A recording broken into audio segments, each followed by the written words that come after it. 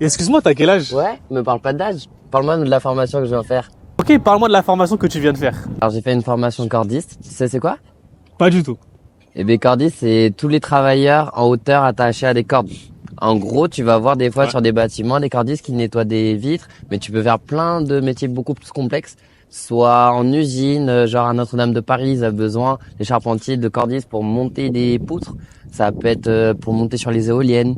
Ça peut être genre sur les falaises pour sécuriser avec des filets. Ça peut être tout un tas de choses. Ok. Et en fait, c'est une compétence dont beaucoup de métiers ont besoin, notamment dans le BTP. Franchement, je connaissais pas et je trouve ça hyper intéressant.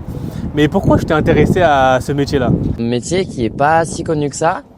Et j'avoue que comme j'ai tendance à être assez nomade, à bouger dans plein d'endroits et que je suis une personne qui aime en même temps beaucoup le sport, je fais des études au contraire d'ingénieur et je veux pas travailler en bureau derrière un ordi, c'est mort.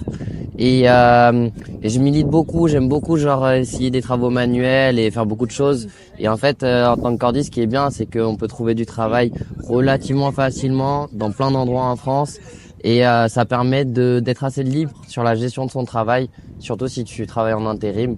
Et l'idée dans le futur, c'est d'avoir un camion et pouvoir bouger et travailler moins de la moitié de l'année et faire tous mes projets, notamment en militant à côté, quoi.